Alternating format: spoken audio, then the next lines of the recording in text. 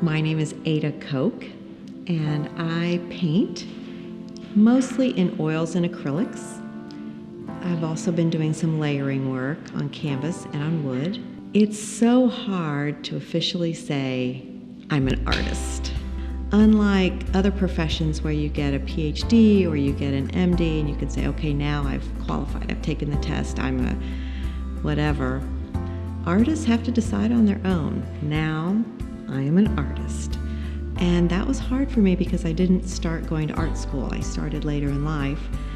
So I was just doing it for fun and having a blast and getting this creative energy out, and all of a sudden people started wanting to buy my work, which validated it a little bit. So I would say the first time someone suggested that I have a show, wow, how exciting was that? So I got accepted, and then I became an artist. I think the hardest part about being an artist is, and a lot of people who aren't artists don't understand this, but you are your own business, you're everything. You're the marketing, you're the accounts receivable, accounts payable, you're the manufacturing floor. You've got to make it and tell people about it.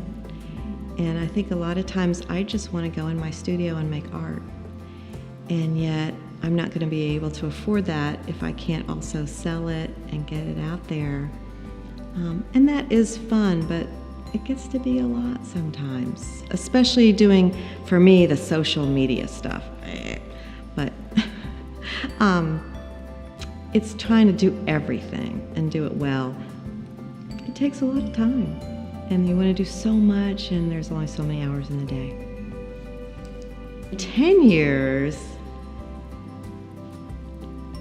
I will definitely still be doing art. I do not see myself retiring ever from art. So I plan to keep painting. Lately I've been collaborating with other artists and poets, and I would really like to see that develop more in the next 10 years.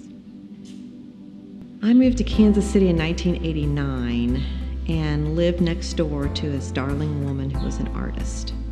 And she saw me taking art classes and getting excited about art and getting art books.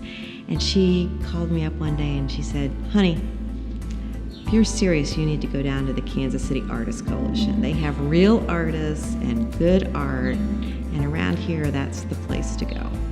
So she led the way, and I came down, and I was kind of scared to come in the first time, and came in and just loved it. Loved the people, loved the spot, loved the art that they bring in.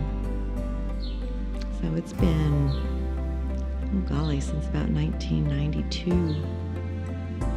The Artists Coalition has been my focal point in the Kansas City area for art, because it's bringing in new artists all the time, helping them get established, and then letting them go off and become famous.